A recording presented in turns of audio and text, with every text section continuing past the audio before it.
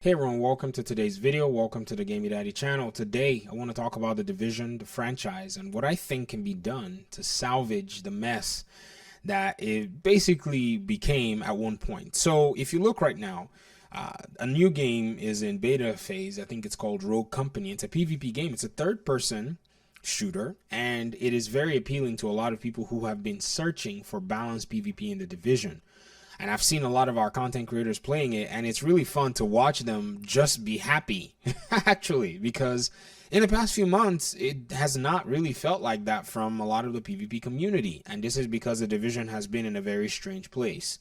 So I'm really happy to see that, because for a while, we've been talking about how very soon, some company will come knocking at the door to try to take away the PvP community for the Division. And with this game out, I don't think that that's too far out there. I think there are going to be other games that will probably do a good job to, appeal to the Division's community, or even maybe some of Destiny's community, or players who just like PvP in general. Now, what can the Division do to salvage this franchise? I think the simple thing that this game can do to salvage the franchise is go ahead and make a Division 3 game that is pretty much a single player story driven game. Now, when I say this, it sounds horrendous, it sounds crazy, but I think that's exactly what needs to be done.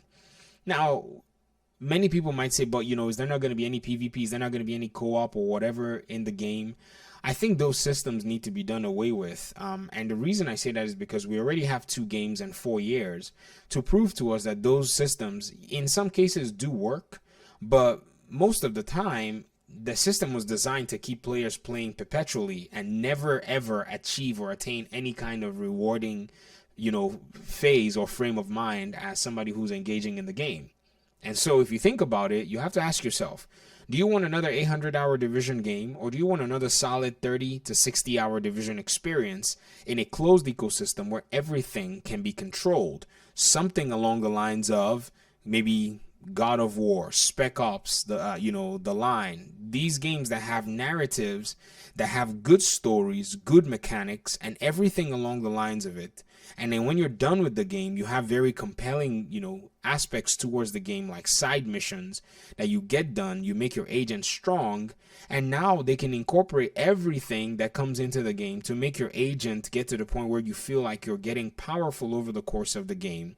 And then you can do some really good, you can do some really good video game experience taking down bad guys with systems like that. There is nothing wrong with it to do a game like that at this point, because, all the other stuff that has been tried and experimented, in my opinion, just feels like it's really bloated. And I say it's bloated because if it wasn't, the PvP community would have achieved something that they've been asking for a long time, which is achieving and attaining a balance. And the reason PvP successfully, or PvP was unsuccessful in this game, and the PvP in Rogue Company seems to be more successful, is because it's in a pure state. It's in a pure ecosystem. It's closed and doesn't have any cross-contamination. When I mean cross-contamination, I mean the way the Division 2 right now is designed.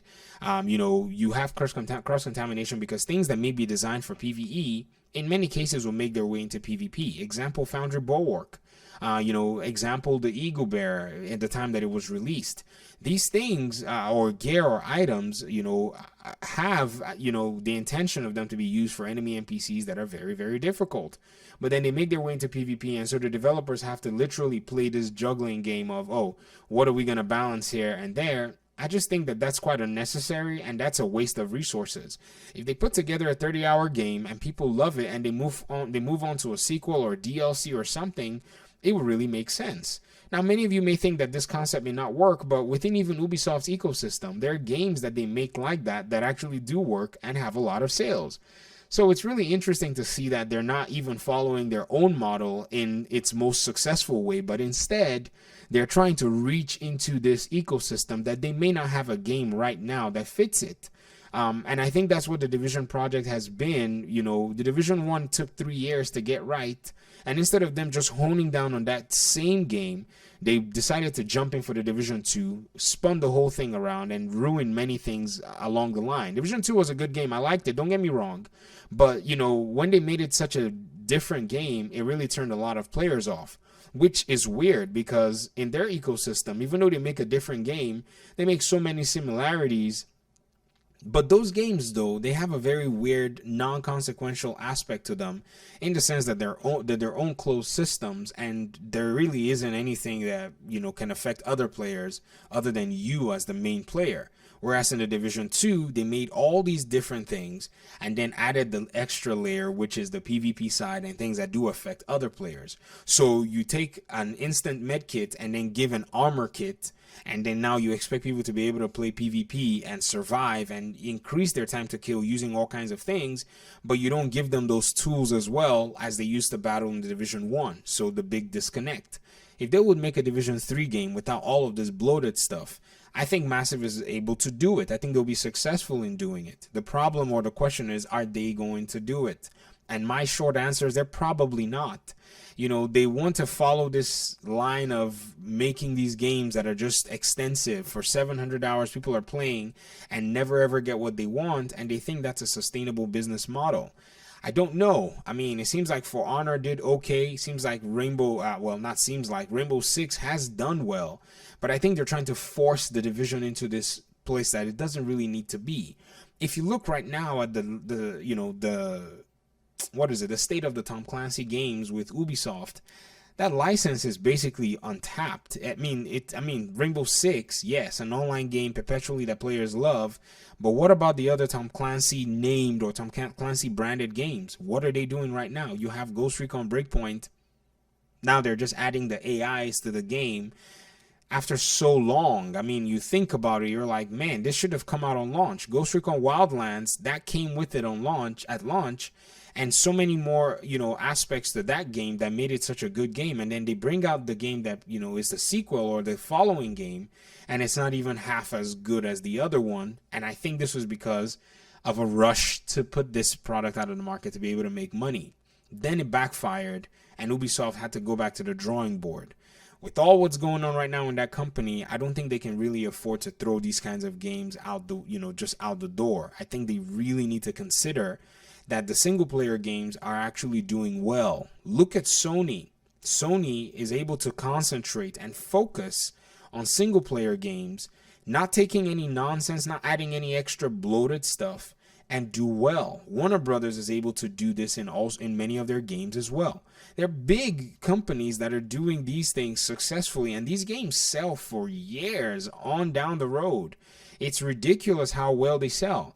And another even interesting thing too is Ubisoft fans have been asking for a Splinter Cell game for a long time. But I feel like one of the reasons they're not wanting to do that is precisely because, or maybe they have one in the works and it's hiding somewhere, but I think one of the reasons that things have actually just not really turned to that direction is precisely the fact that they don't really have a way to monetize the game on the back end.